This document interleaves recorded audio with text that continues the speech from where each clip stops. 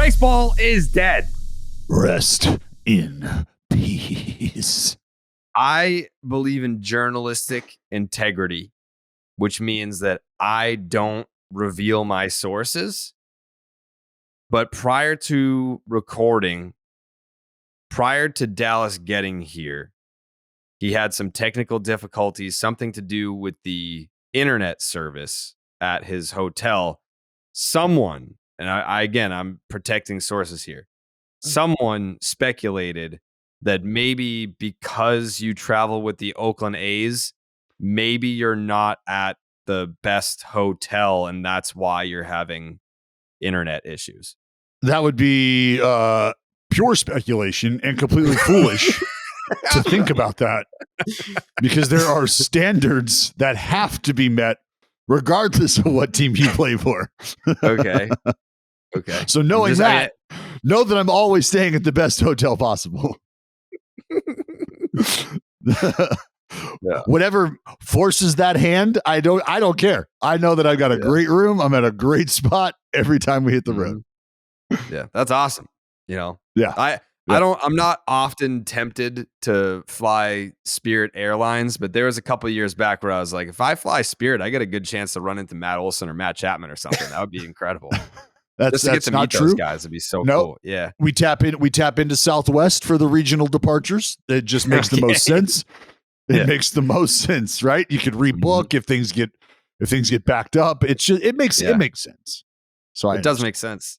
You know what doesn't make sense? The fact that the Oakland A's are actually a pretty scrappy team this year. You know, Jay and his Cleveland Guardians just went head to head with the Oakland A's. I feel like we didn't even hype that up, that you guys went head to head there.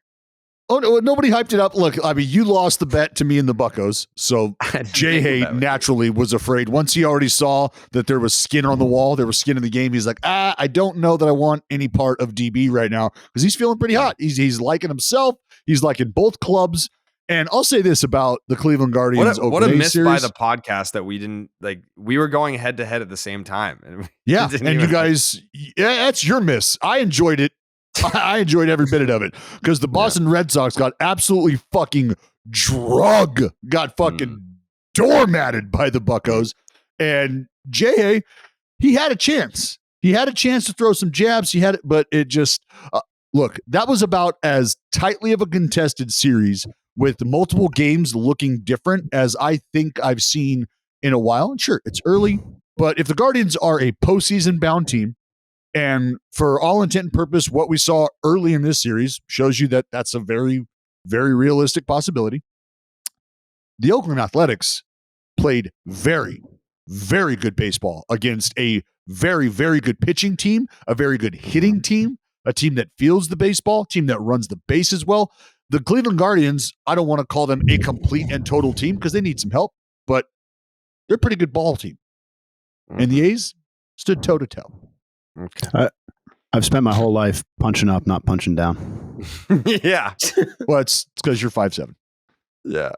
I think I'm the tallest person on this podcast, although I've never met Joey in person. So how tall are you on that one?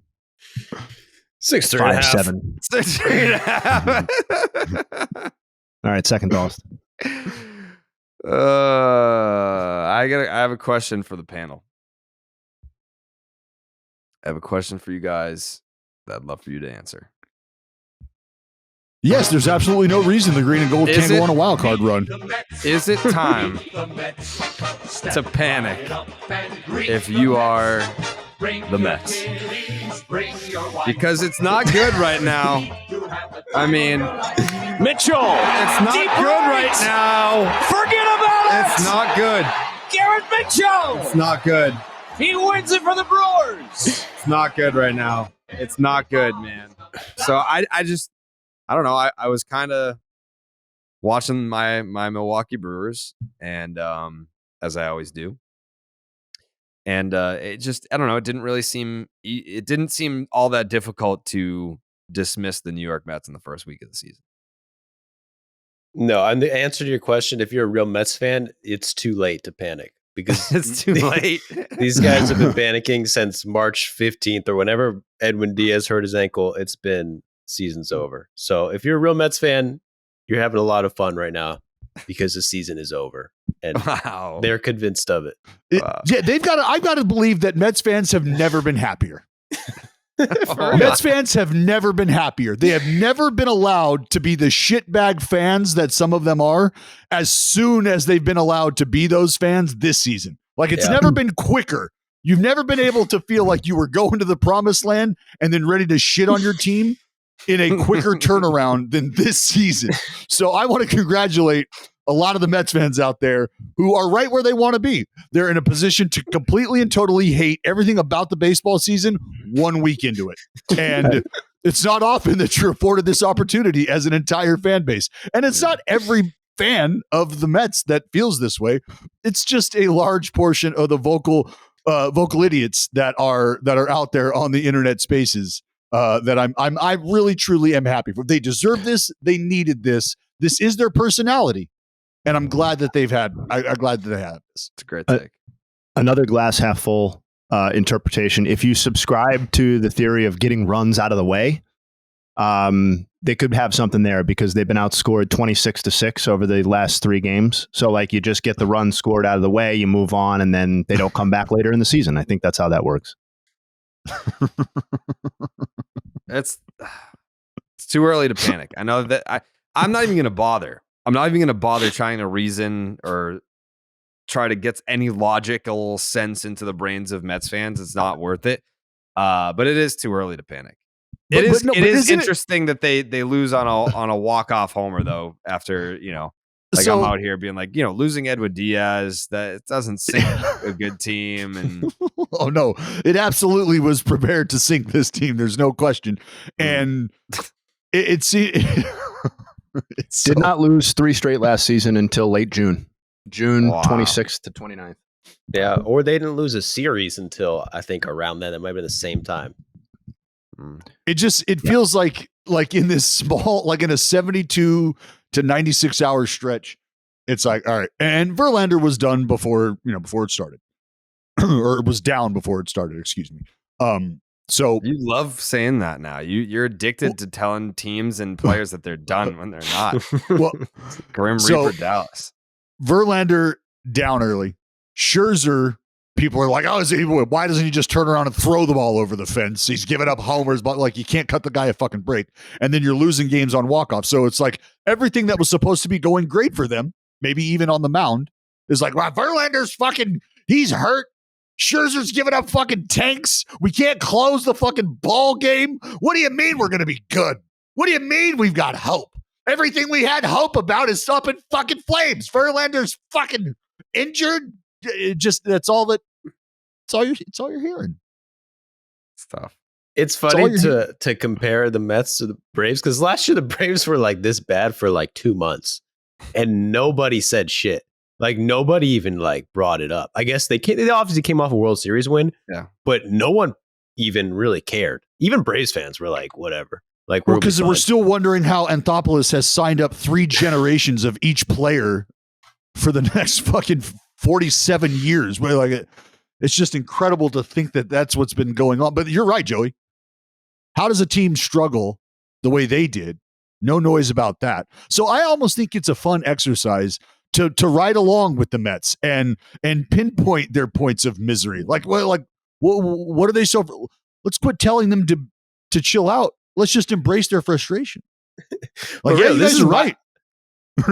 That's always my point when I talk shit about the Mets and Mets fans like come after me. I'm like, you guys love this. Like, there's no fan base who loves being bad more than the Mets. It's like a thing, and it's a meme, and it's like been like this forever. But it's so true. They're miserable people. Like they love it. They love being mad at their team.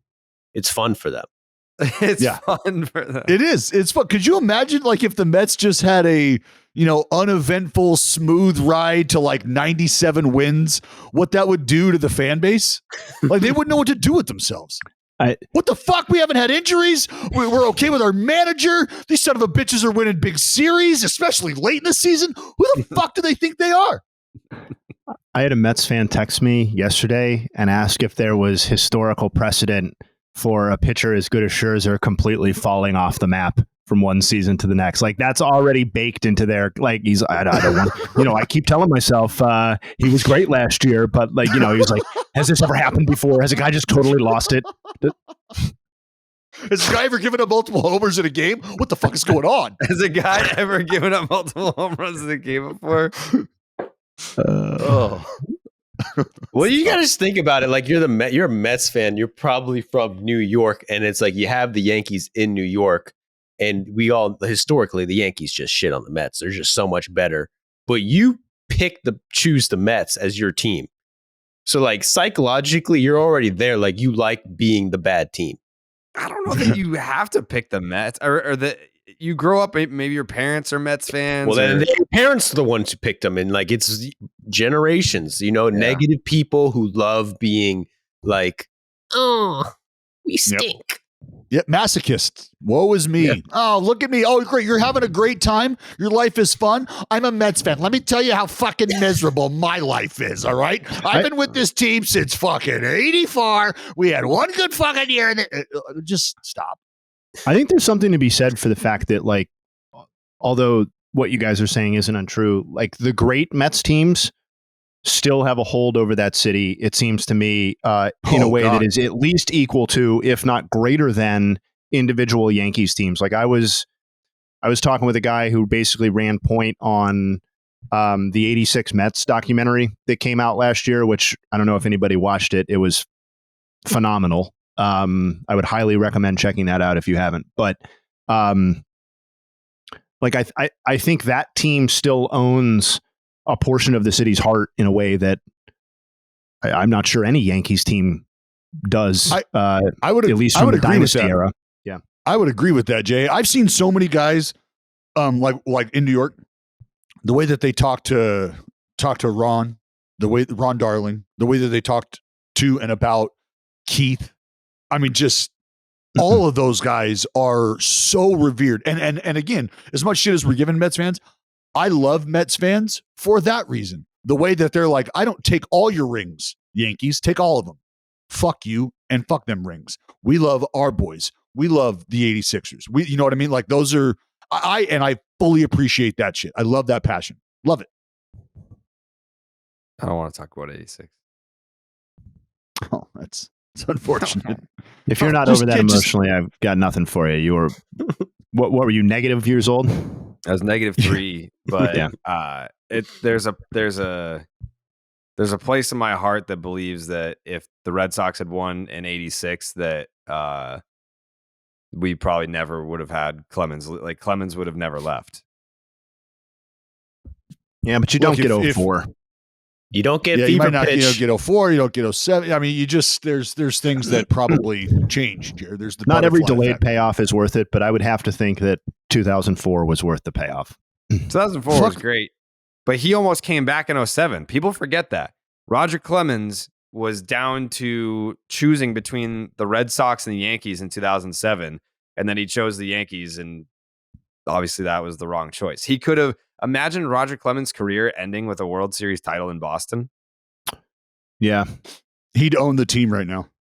That's what I'm saying. Like he had that. He could have made that choice. Him being added or subtracted does not change the course of history. Like the Red Sox absolutely steamrolled their way to a title. Okay, let me ask you this: if Roger Clemens is still hanging around the Red Sox as like, a David Ortiz type of figure in the modern day right now, is there room for two Rockets? Ooh. Mm-hmm. I think that there needs to be a conversation between us where he passes the torch to me. Okay. You don't think that's like unofficially happened yet in terms of Red Sox Nation?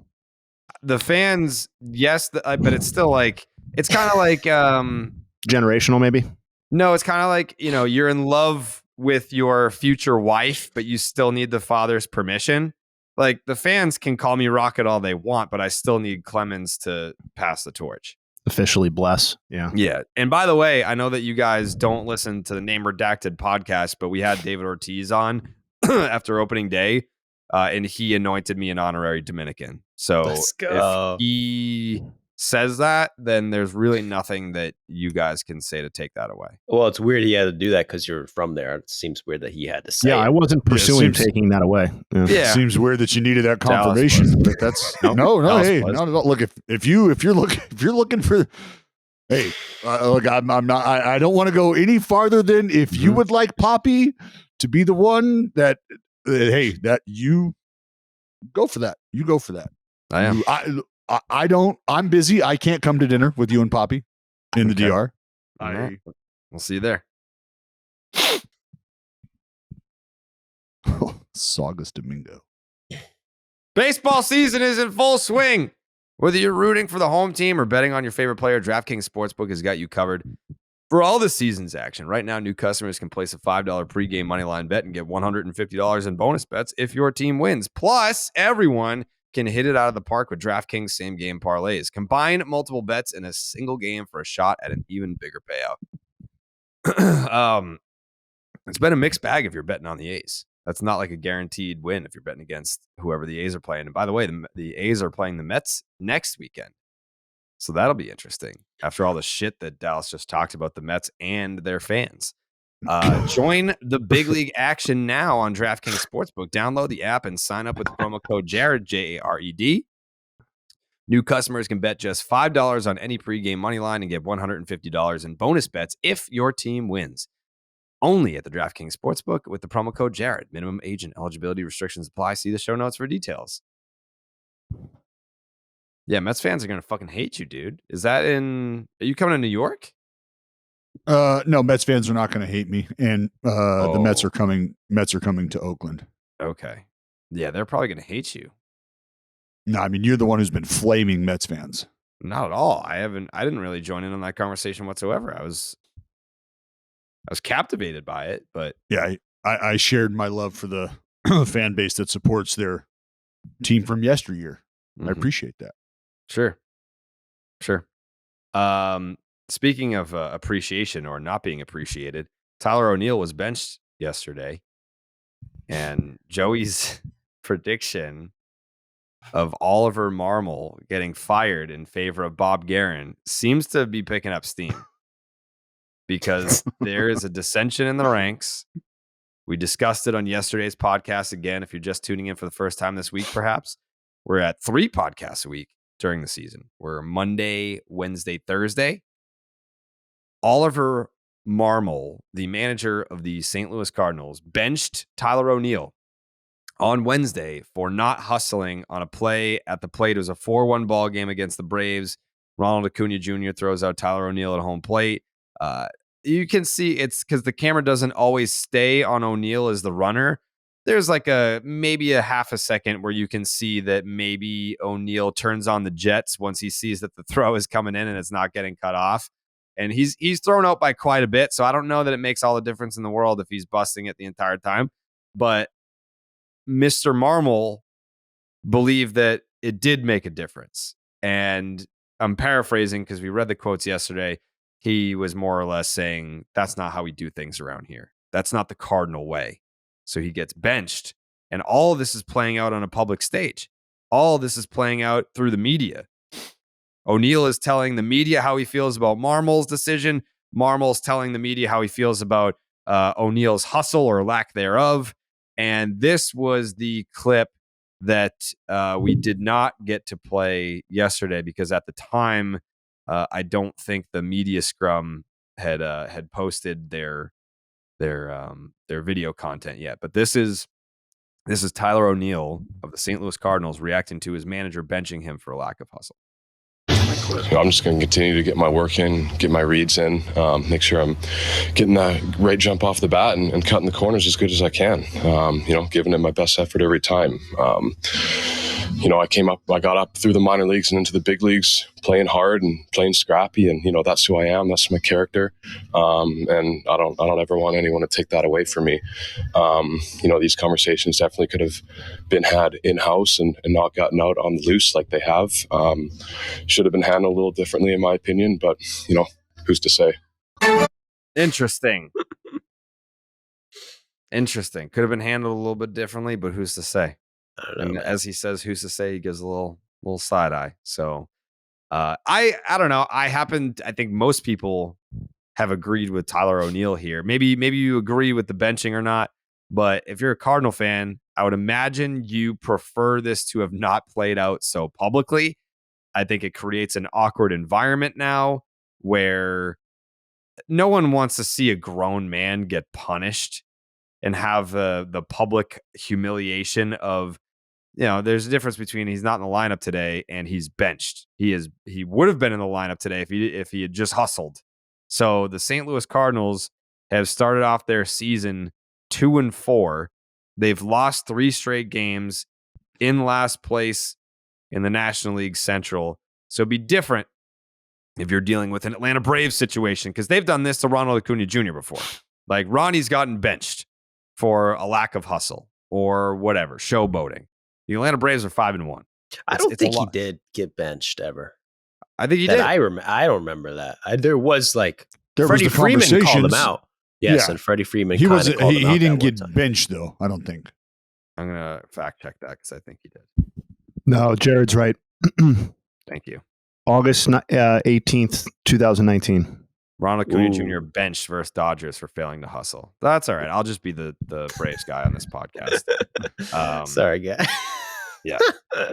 29, it's like 10 years ago, bro. Who Okay. remembers that shit, Well, man? I do. Asperger's. I don't. Again, it's definitely too early to be looking at the standings, to be looking at records and batting average OPS and trying to forecast that out.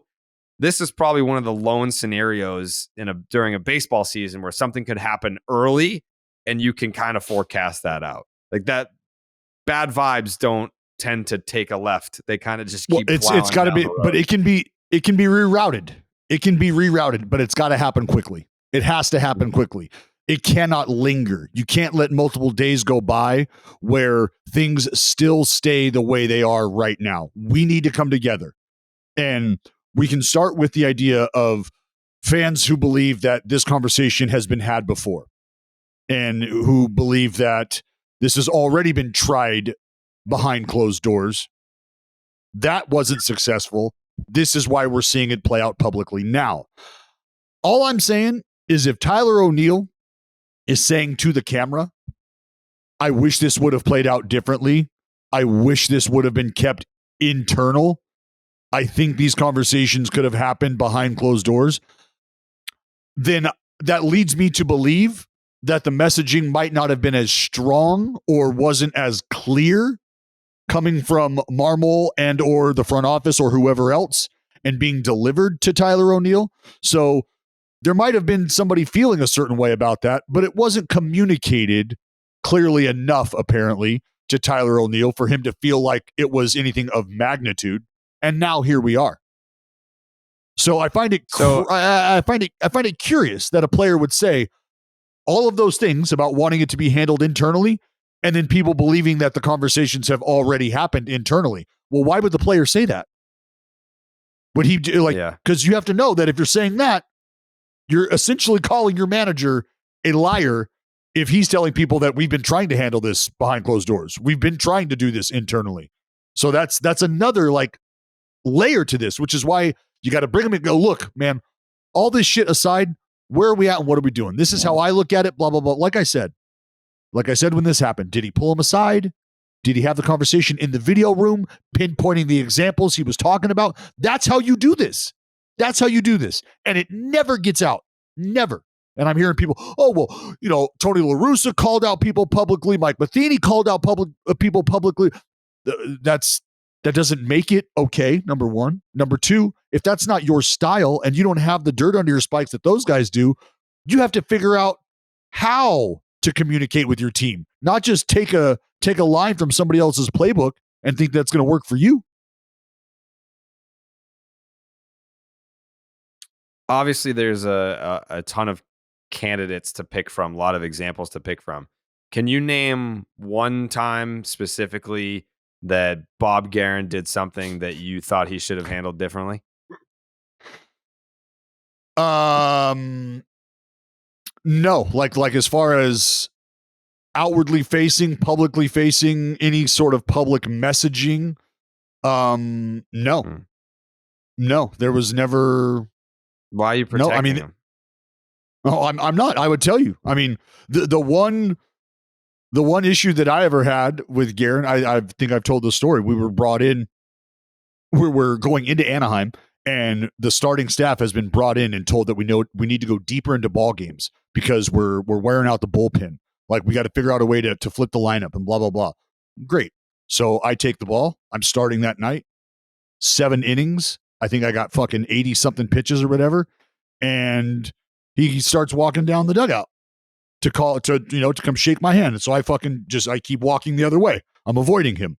And so he fucking chases me all the way down to the very end of the dugout. And he sticks his hand out and he goes, "Hey, that's enough. That's good." And I said, "That's not even close to enough. You see how many pitches I got? I'm going back out there." He said, "No, that's it." It says, "Do you remember the conversation we had earlier today? I'm going back out there." And he kept his hand out. And so I shook his hand because I'm not, what am I going to do? So I shook his hand and he turned around and walked off. And I turned and very loudly yelled, "You got to be fist fucking me." And the camera that is already grilled on me, just trained on me, takes that shot of me saying that, goes slow-mo, and that's what they roll to break.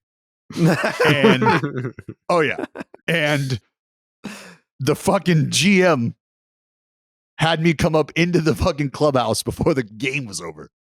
"Hey, why don't you come sit down here, come talk to the principal?" Yeah, because what I just saw on camera cannot happen. And so that was 100% my issue. Bob Garen didn't do anything publicly for anybody to pick up on or to know about. So no, that was 100% me being pissed off about the fucking meeting we had 4 hours before that. And now here I am in the 7th inning after being told we need to go deeper into games, being pulled at 87 pitches. yeah. Sounds like just the guy they need in fucking St. Louis, man. Doesn't call out players, but also stern.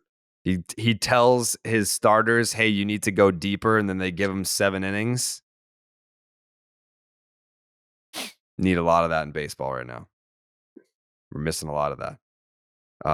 On today's podcast, we're also going to have the debut of the Baines Meter, where Jay tells us about just active players that are approaching or have surpassed the wins above replacement of Hall of Famer Harold Baines. I am muting this segment. I cannot listen to Jay just absolutely crucify one of the game's greats.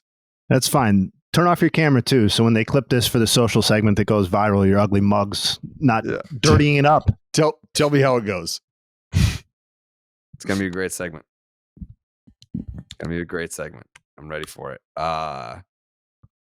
Anyways, some last closing thoughts here on the Tyler O'Neill situation. I hope it doesn't linger. The St. Louis Cardinals are a special organization, prideful organization.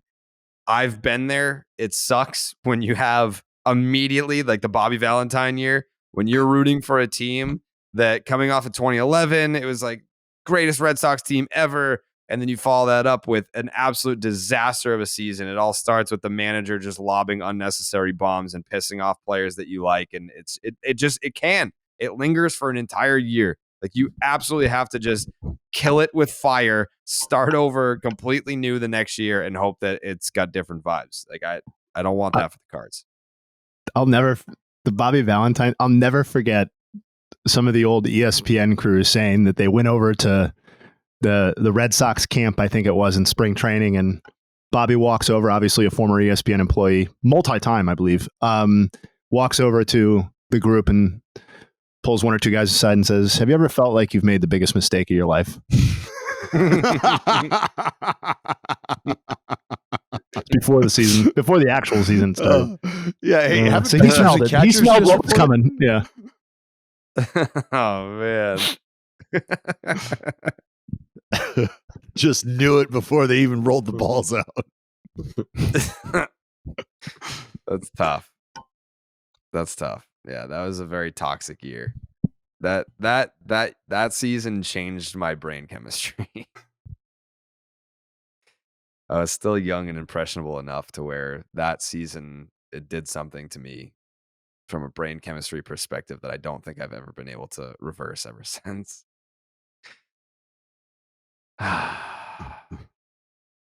Anyways, some beers are brewed for baseball, but only Blue Moon is brewed by baseball. Blue Moon was created at Coors Field in Denver, Colorado. It's the natural choice for opening day and all season long. And just in time for opening day, Blue Moon is teaming up with another ballpark brand and launching a throwback merch collection with Ebbets Field flannels. I would like some Ebbets Field flannels. Maybe we can hook that up. I'm going to be drinking some Blue Moons this weekend. Red Sox are off on Friday, which is weird. Having an off day on a Friday, I've never even heard of that before. I think you guys are off too, right, Dallas? You guys are off on Friday? We're off today. Oh, okay. Off day on a Friday is super weird, but all that means is that it's more time to drink some Blue Moons. With its refreshing flavor with Valencia orange peel for a subtle sweetness and hints of coriander. Blue Moon, Belgian-style wheat ale, is a one-of-a-kind beer that's made brighter. It's carefully crafted and full-flavored with refreshing notes and a smooth, creamy finish. Blue Moon was brewed by baseball to give you a dose of nostalgia to get you excited for the new season. Why strike out with the same old beer where you can get something that's one of a kind? Its bold flavor, bright explosion of color, and iconic orange slice ritual guarantees a one-of-a-kind beer experience perfect for the spring weather. Best served with its signature orange garnish to showcase its beautiful hazy color. A beer this good only comes around once in a blue moon, but you can enjoy it all season long. Bring the ballpark to you with Blue Moon Belgian-style wheat ale. It's one of a kind every time. Get shop.bluemoon.com for throwback baseball merch with Ebbets Field flannels, or visit get.bluemoonbeer.com/rocket to find Blue Moon delivery options. That is get.bluemoonbeer.com/rocket. Blue Moon, made brighter. Celebrate responsibly. Blue Moon Brewing Company, Golden, Colorado Ale. Joseph, do we have a cutting room floor this week? Yeah, we could. I'm prepared, dude. I got plenty. All right. Well, as Joey starts to dig, did you guys see this real quick? The Fernando Tatis Jr. He hit a home run yesterday. Yeah, but so What happened? Well, somebody tweeted. Actually, not somebody. An individual named Darnay Tripp @Darnay Tripp tweeted, Cade McClure will be telling people for years about the time he gave up an absolute nuke to Fernando Tatis Jr. And underneath it is the video of Tatis Jr. hitting the homer and rounding the bases against Cade McClure. Cade McClure took to Twitter after the game and tweeted, the 2 stars, and then said, cheater hits a home run on a rehab assignment during a steroid suspension. So basically, the asterisk, here, I fixed it for you. This is the real title. So Cade had a little response to the idea of Fernando Tatis Jr. making his way back hitting bombs, and the tweet from Darnay Tripp. Honestly, I'm on Tatis' side. That's not odd. Why? Supporting my fellow Dominican brother? That's exactly where I was going with that. Yes. Okay. Yeah, I'm on Tatis' side here. First of all, I don't think there's no side. He didn't do anything. Fuck aside from, the steroids and all that. But he did nothing here. Point. That's my point. I don't think he was taking steroids to hit home runs and get better at that. I think it was an honest mistake. It was a lapse in judgment, and he got punished for it. And if you do your time, then fuck off. Stop casting stones. I don't think that's fair. It is fair to cast the stones if you have that opinion. Nothing. If you're one of those guys that still hates the Astros because none of them actually got punished, that's fair. They didn't do the time. Yeah, for sure. Yeah, no, my whole point was Fernando Tatis Jr. is catching a stray here. All he did was play baseball. He just performed. Mm-hmm. And somebody sent a tweet out about the nuke that he hit, and then the guy who gave up the nuke took exception to that. Damn, man. Did you not see the video of Tatis signing autographs for kids at the game? For kids, dude. It's for kids.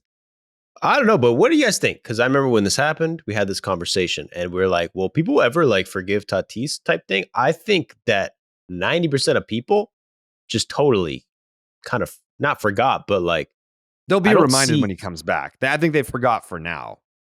Yeah, of course. But like honestly, what a great scenario for him to roll back into, where you've had some serious acquisitions occur. You've got the star power there now, that where the light isn't solely on you. There's some other guys that we can have in these conversations about, where if things go wrong, it's not just because of you, Fernando. And if things are going well, it's not just because of you, Fernando. So when you're trying to work your way back into the good graces of a clubhouse or a fan base, not to say that that's still happening, but to an extent it is. When you're not that dude, it helps a little bit. I mean, the star power is still very real, still there.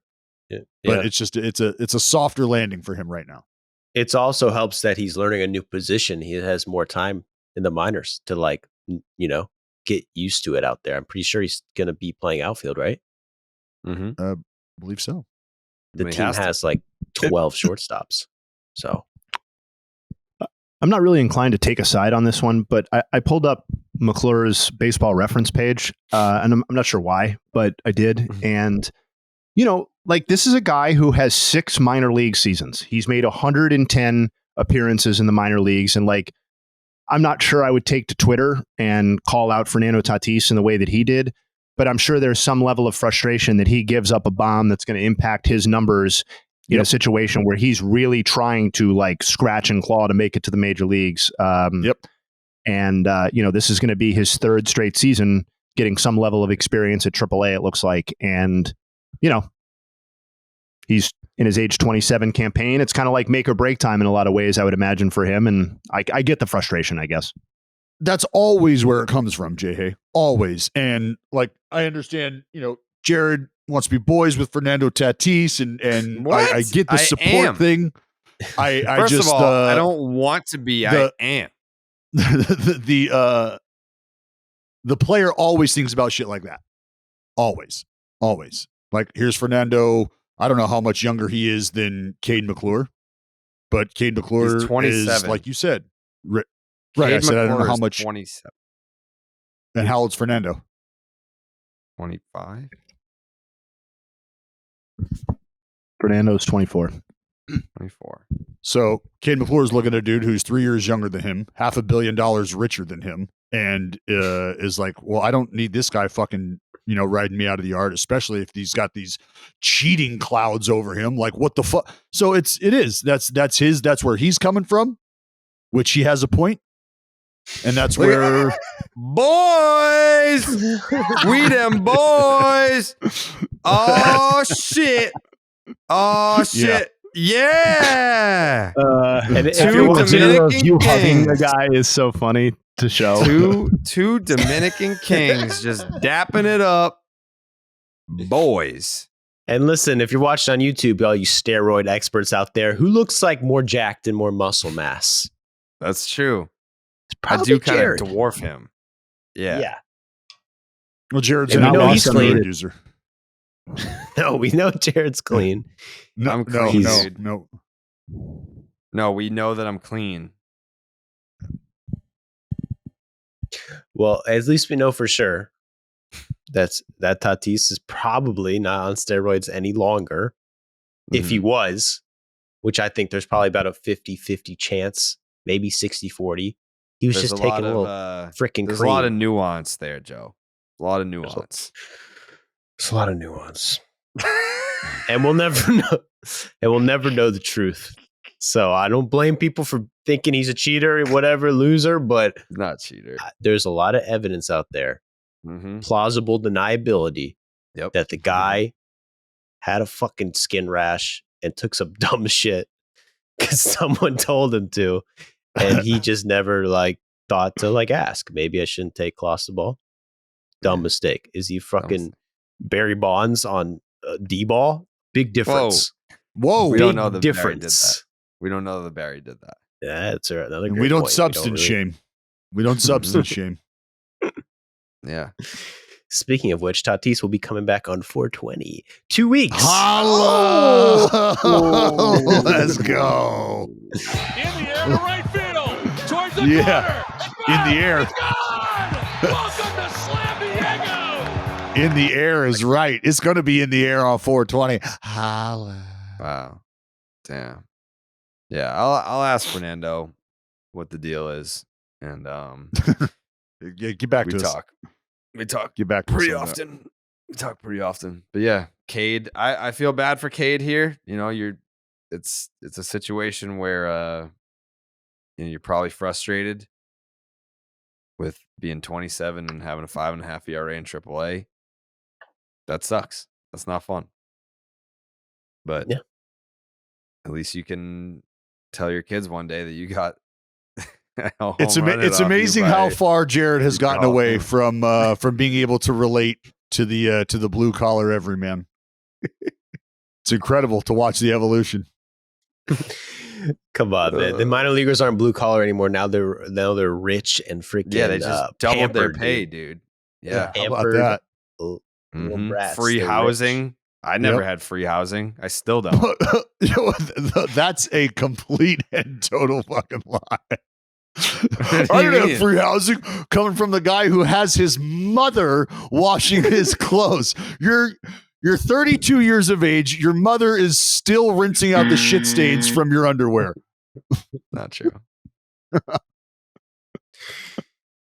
Not true. That's a clown question, bro. It's a fact. No, it's not. There's no question. There's no question there. No. Pure No. statement. Factual statement. No. Sorry. These minor leaguers don't know what it's like to struggle. They don't know what it's like. They're not built like Dallas was, man, Yeah. when he was coming up. Yeah. These They ain't don't your- know what it's like to get taken in the 68th round and have to play That's right. in a league below single A. That's right. These aren't your fucking. This ain't your granddad's minor leagues, bud. Dallas played in negative A, and they were just like duking it I was out. I was walking to the ballpark in fucking 5 feet of snow uphill both ways, no lights. Yeah. Try playing in that. They didn't use Huh? gloves in that league. Try playing in that. Yeah. What That else was we like got? the brown paper bag league. All right, we got to take a break and talk about Zyn nicotine pouches. We're always talking about what a team needs to get to number one, but Zyn nicotine pouches are already there. Zyn has helped millions of people achieve a lasting change, earning the title of America's number one nicotine pouch. If you're a smoker or you're a dipper looking to make a change, look no further than Zyn. Zyn is made with 6 simple ingredients and is available in a wide range of varieties, including spearmint, citrus, and even coffee. And it's available in 2 strengths so you can control your nicotine satisfaction. Because it's discreet, you can enjoy it anywhere, anytime, so you never have to miss a moment of the game. Plus, every can of Zyn earns you points towards premium items like tailgating gear, top-of-the-line tech, Zyn swag, even gift cards. Find your Zyn at your local convenience store or online at Zyn.com. That's Zyn, ZYN.com. Warning, this product contains nicotine. Nicotine is an addictive chemical. Well, I do have a cutting room floor segment piece that will tie into a nice little segment topic of discussion that we got. Because I don't know if you guys saw it yesterday, Shohei Ohtani, great start, struggled at first, but exactly got through a fucking great outing, gave up 1 run Grinded. through 6 innings. Yeah, through 111 pitches. And a lot of people were like, whoa. And I thought this too, like, whoa, 111 pitches, second start of the season. This guy's, how much are we going to ask this guy to do? It's a lot. Let's be careful with Shohei. But then I remember he's from Japan, and you don't even realize how fucking crazy these kids have it in Japan and what Shohei probably grew up doing. Because in my WBC video, looking into like the youth baseball in Japan, and just the amount of pitches they throw, there was this kid, because you guys, the Koshin tournament, like the Japanese high school freaking World Series, it's crazy, like crazy event. This 17-year-old in 2018 threw 800 and 81 pitches in 2 like 6 weeks. days. Yeah. 2 weeks, bro. And this is like normal. I have another quote. They're off the mound 4 days a week, Joe. Yeah. I can't find it right now, but I forgot who it was. Daisuke said he threw 200 pitches every day just in practice for like weeks in a row. Just 200 pitches a day. Joey, Just they used to come doing out. that. They come out. So I pitched when I faced Daisuke, I squared it off against Daisuke in Boston, and it's 102 degrees out there.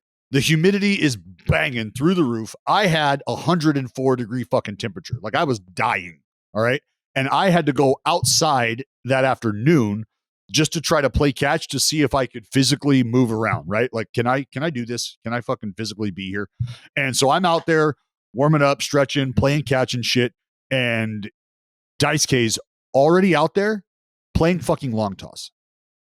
The guy's pitching that night. And he's out there throwing at like fucking 2:30 in the afternoon.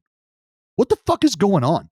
But these dudes, they pitch every 6 days, and the workload, you can't even wrap your head around it as an American going over there for the first time. And they're telling you, so during BP, you're just going to run. All right, like what, for the first group? Or no, like the whole thing. And we take BP for a couple hours. So you just run during that whole time. Sound good? And then when you're done, work out, we're going to play catch, we're going to throw, get off the mound, and you do that every fucking day. It's a Every whole day. And they're different throwing thing. for time limits. What do you mean?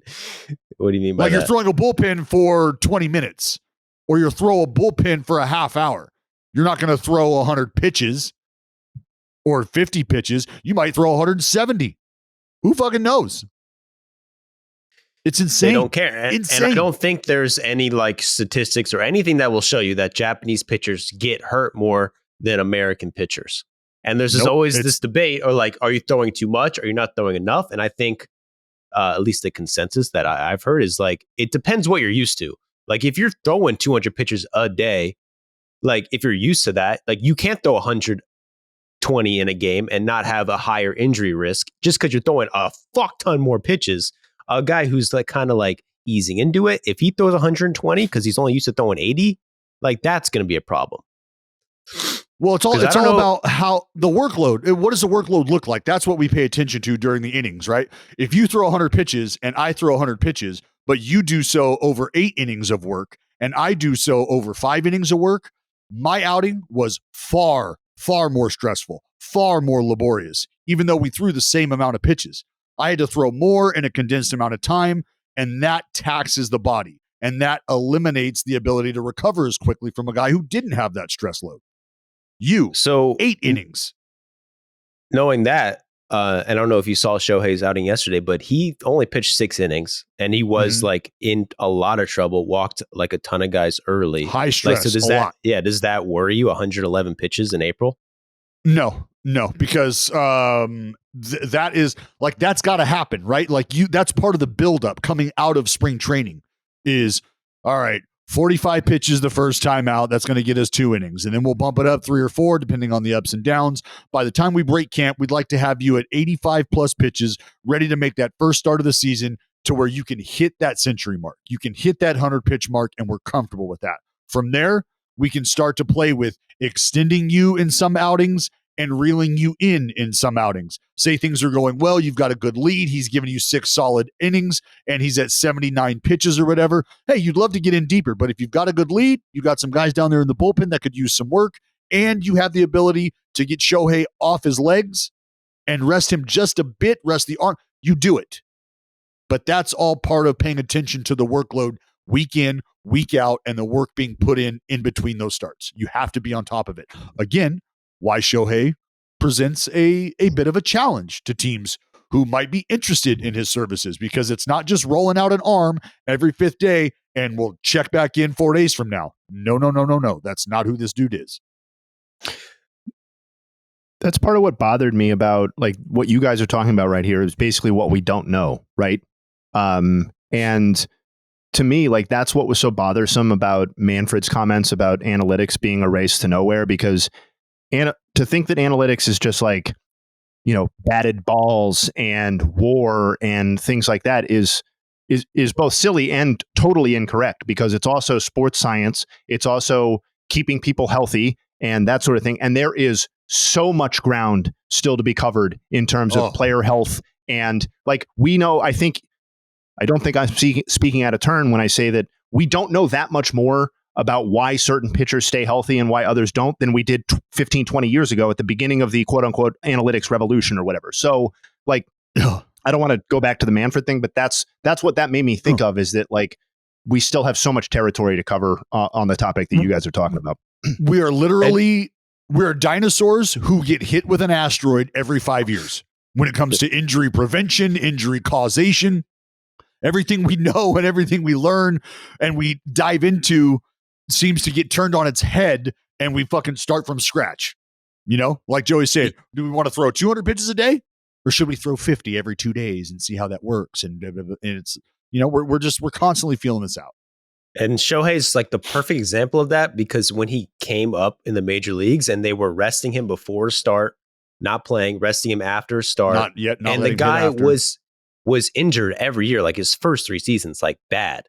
And the second they just said, fuck it, like you're pitching whenever you want to pitch, you can pitch. Whenever you want to hit, you can hit. He hasn't got injured like once, not even once, maybe a blister. Go be an athlete. And with a workload that's like never been seen in baseball ever. And it's helping him stay healthy by doing more every day. Body at work stays at work. A body at rest stays at rest. Yeah. I prefer to rest. Lazy bitch. Yo, by the way, little nug to cap off cutting room floor. I mean, maybe Joey's got more, but over his last 9 starts, Ohtani's got a 0.95 ERA.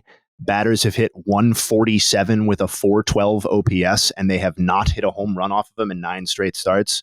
Over that same span as a batter, he's hitting 308 with a 923 OPS and 9 homers. It's just like every time he makes an appearance, particularly on the mound, it's just like he's in such a zone right now that it's just like it washes over you anew almost every time.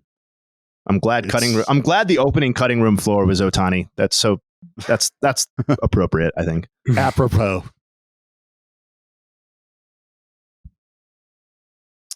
Is it almost time, Jay? Oh God, I'm ready whenever you are, man.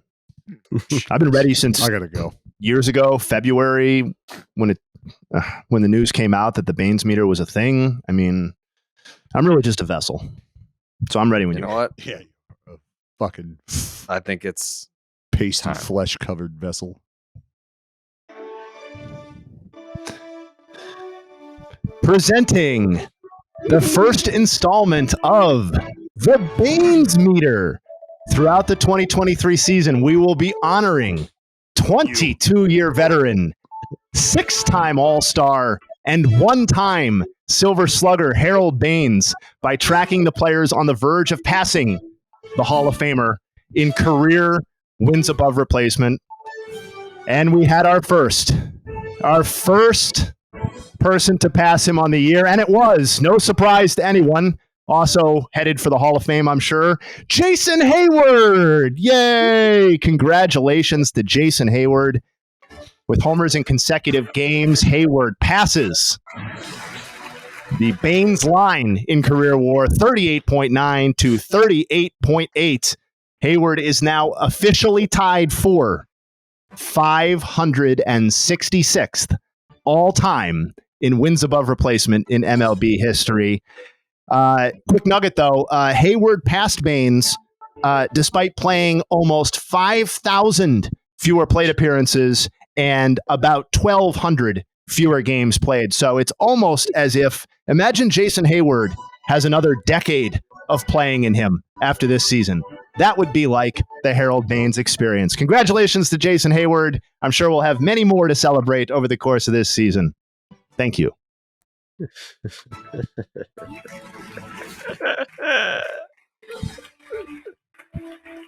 What an honor for the Hall of Famer.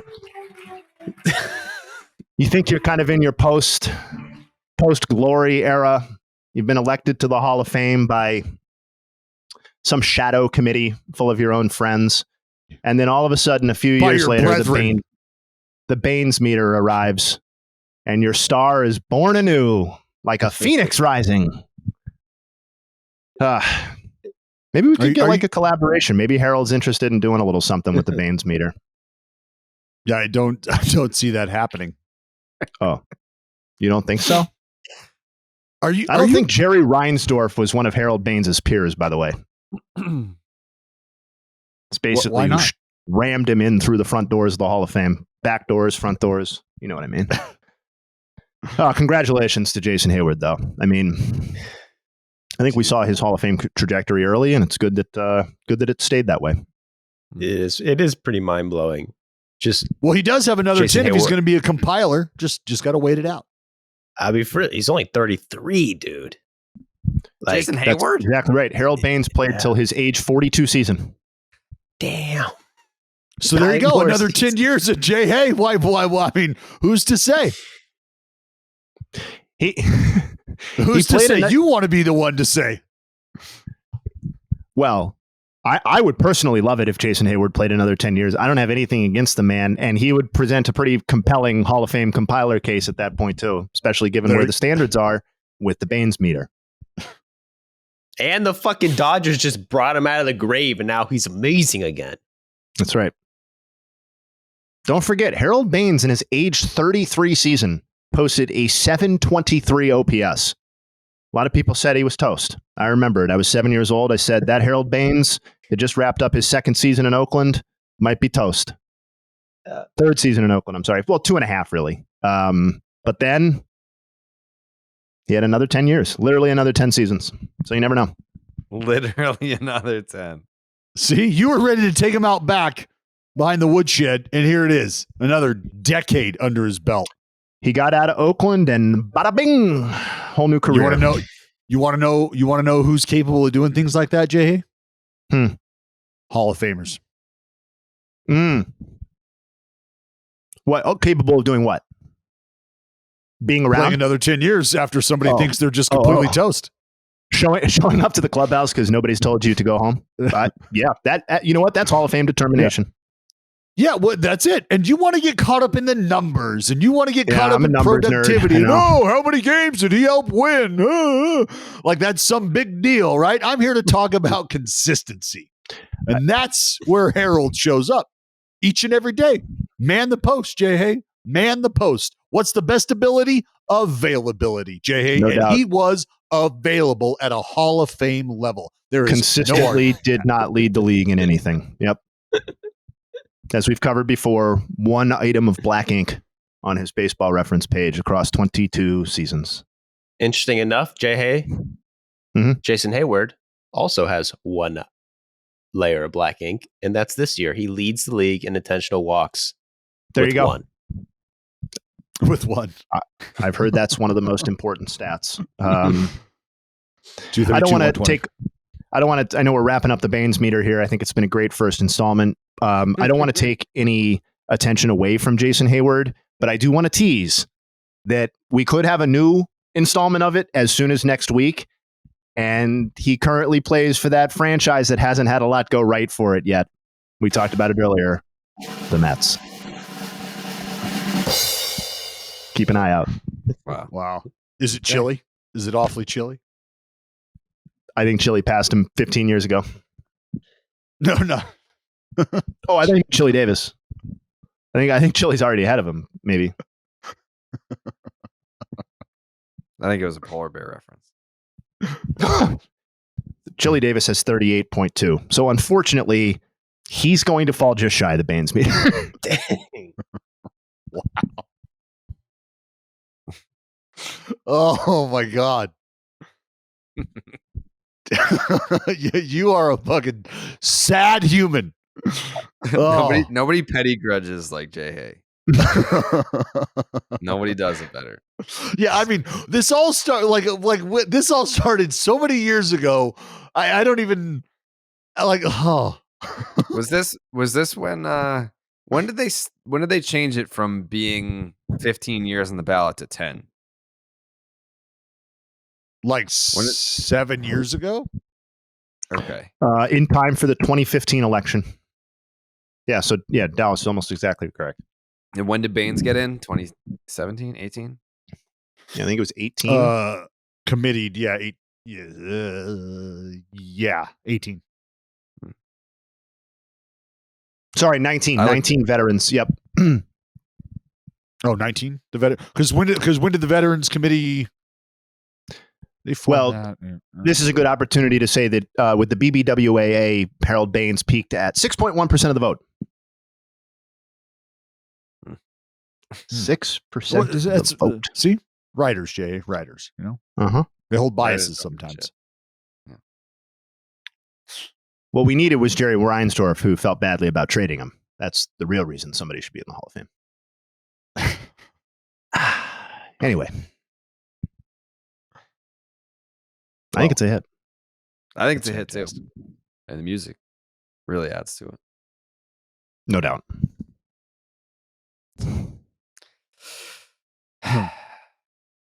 You got anything else?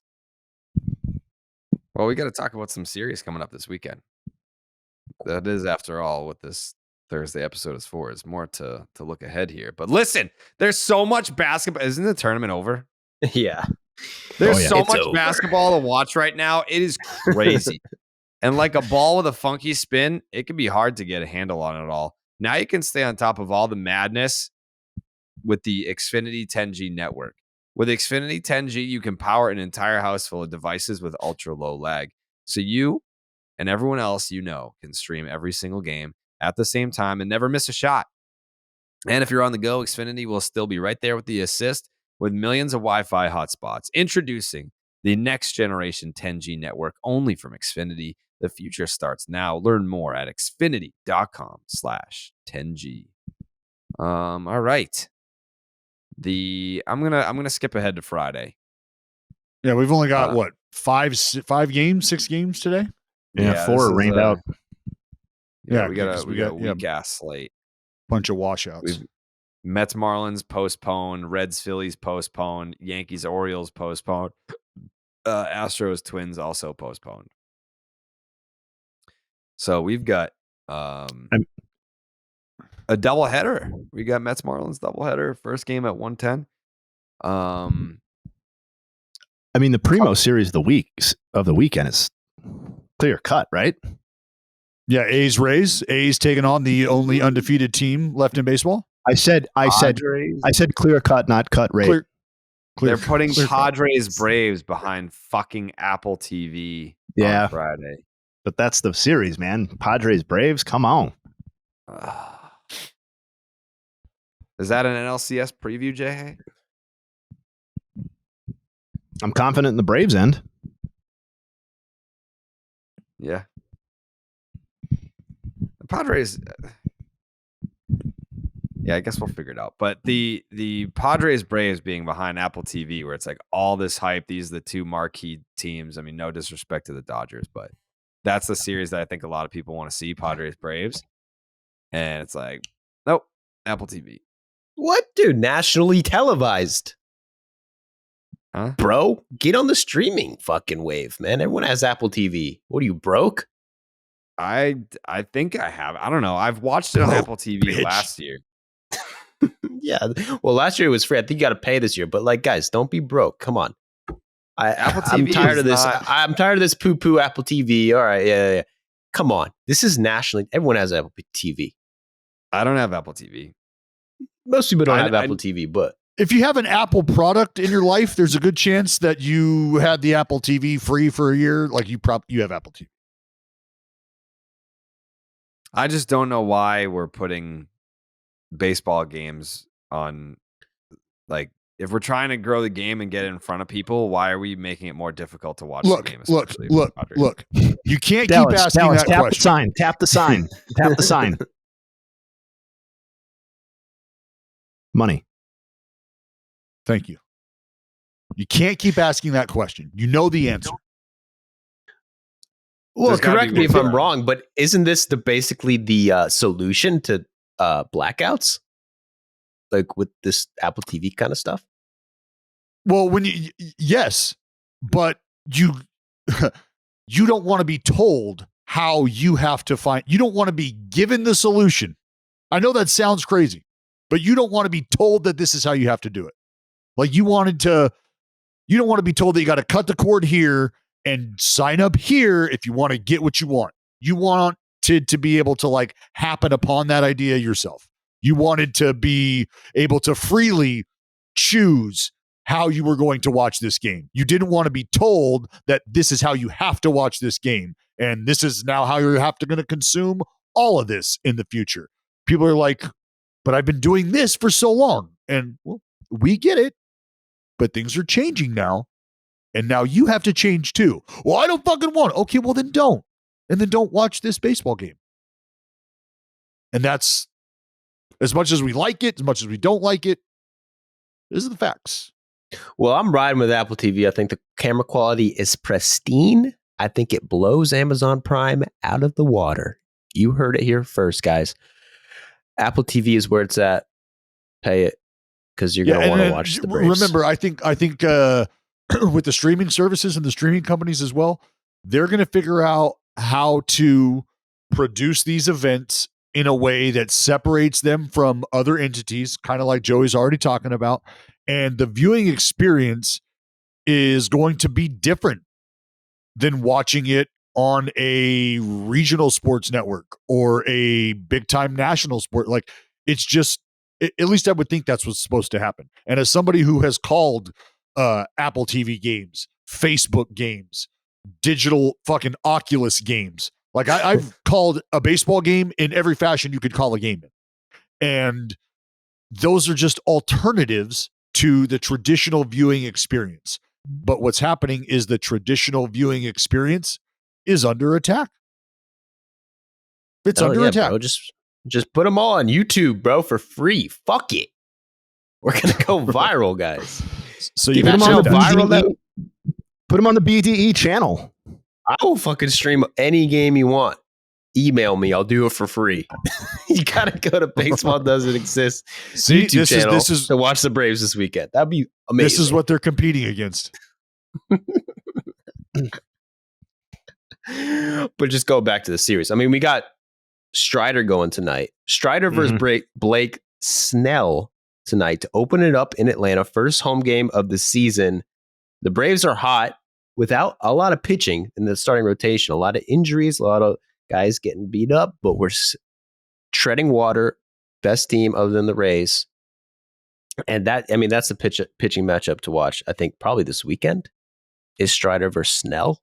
And that's the only one I've really looked at, but that's a pretty good start. Pretty good start.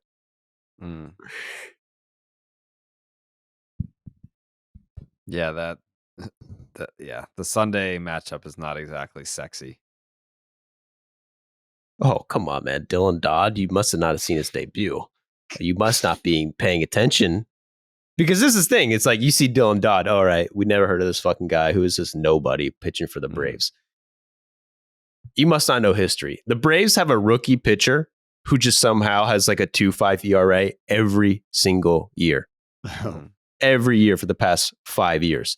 And we've seen a lot of these pitchers have kind of, right now they might be injured. Mike Soroka has 2 torn Achilles. Ian Anderson is in AAA, getting shelled.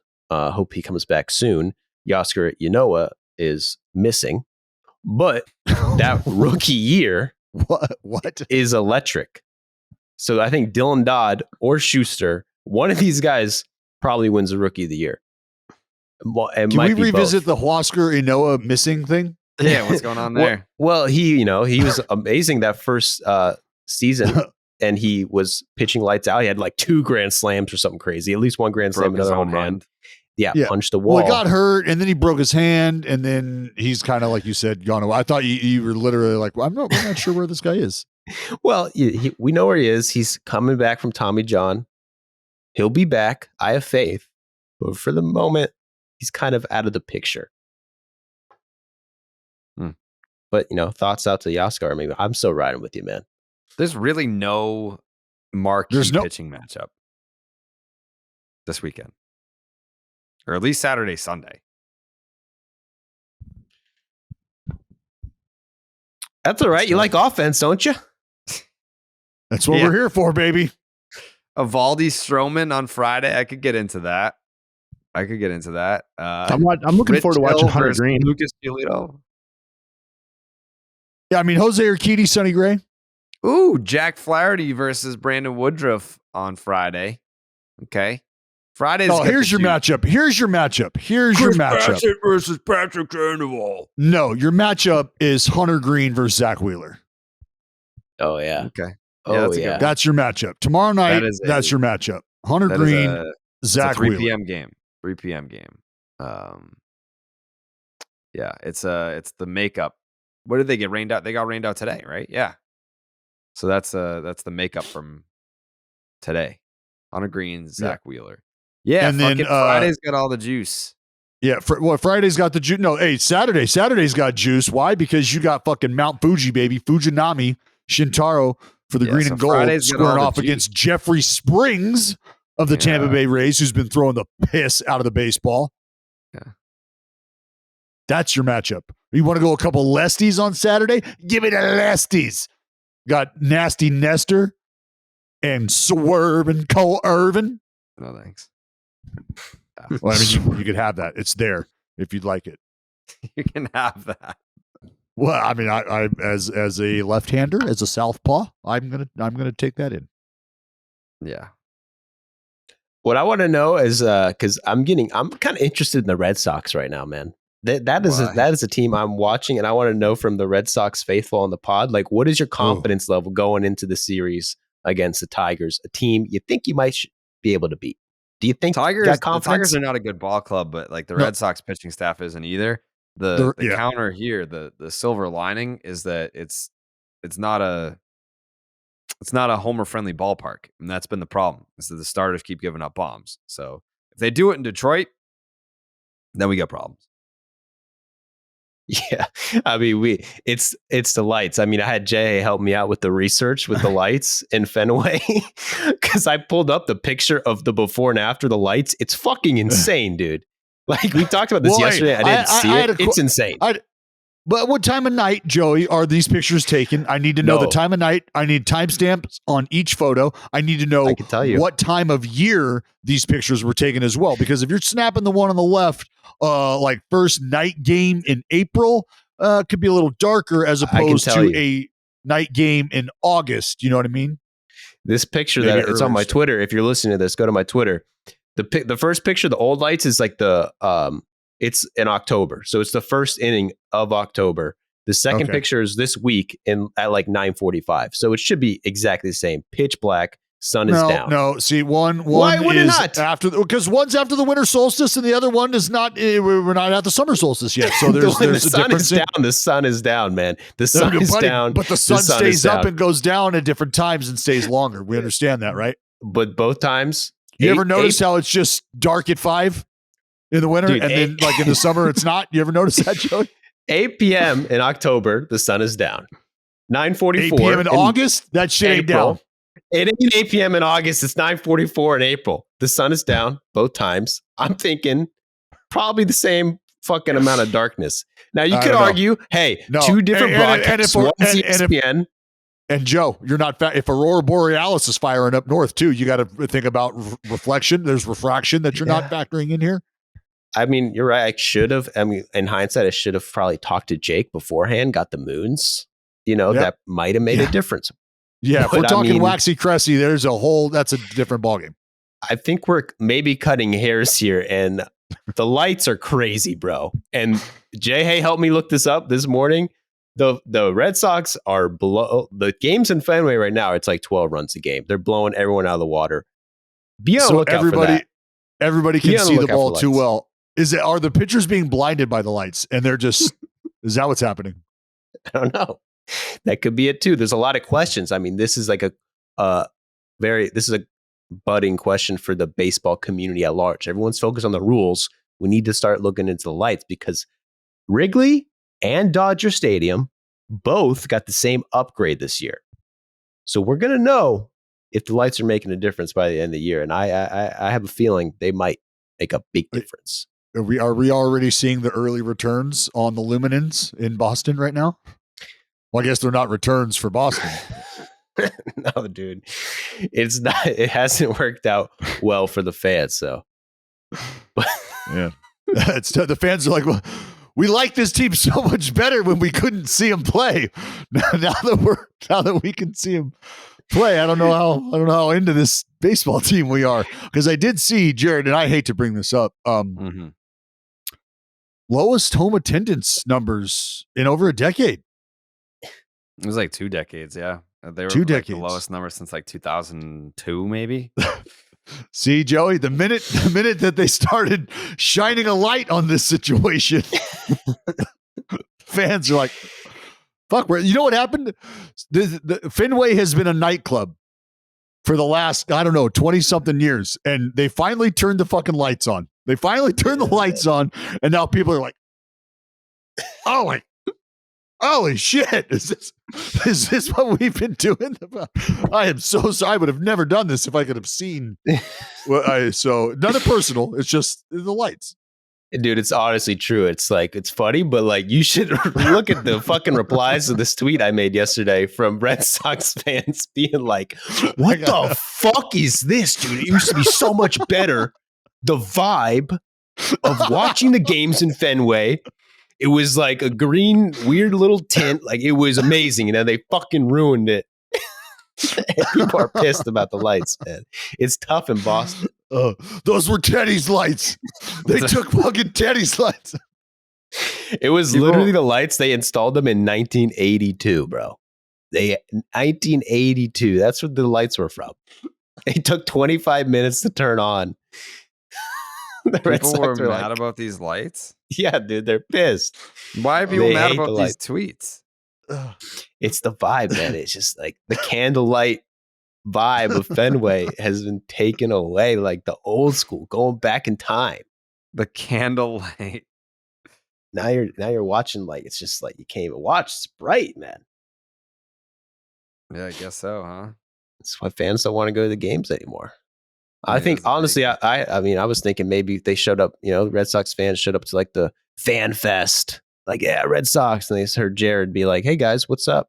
You fucking sold all your players. You confronted them. And now all the fans are not hype anymore. Either that or the lights. Yeah, I guess. Damn. Well,